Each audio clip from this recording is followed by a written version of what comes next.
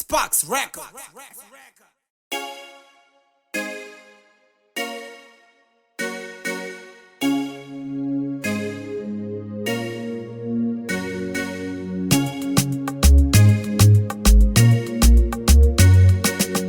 Hello guys, hello everyone, welcome to Zim Reality ITV. Panapa tinokudza inyaya dzakasiyana-siyana dzinenge dzichiitika mativi mana ose enyika yeZimbabwe. Kachinge first time yakosvika panapo usina subscriber, please don't forget to subscribe so that anytime patinoupload something brand new unowana notification. Yandida guys, inyaya pana rimwe sowe kwa Madzibaba Lenny, kune murume auya akasarenda nyoka yake pamasowe. Ndine video yandinaro guys muchakuona chakwatidzai. Hey, zvinoshamisa munhu kuuya nenyoka, kufamba nenyoka mbegi.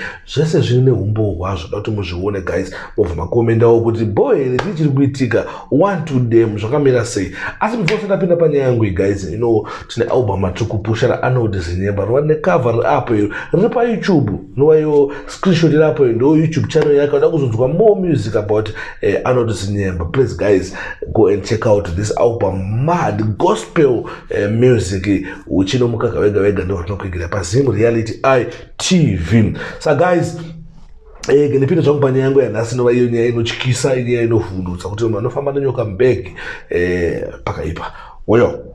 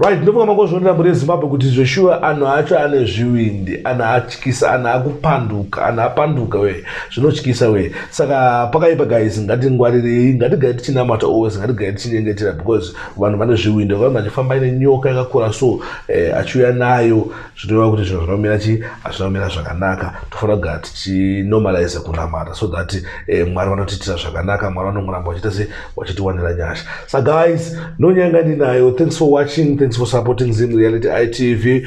Always remember that fear not, sin not, whether you like it or not. The truth is the truth. Sparks Record.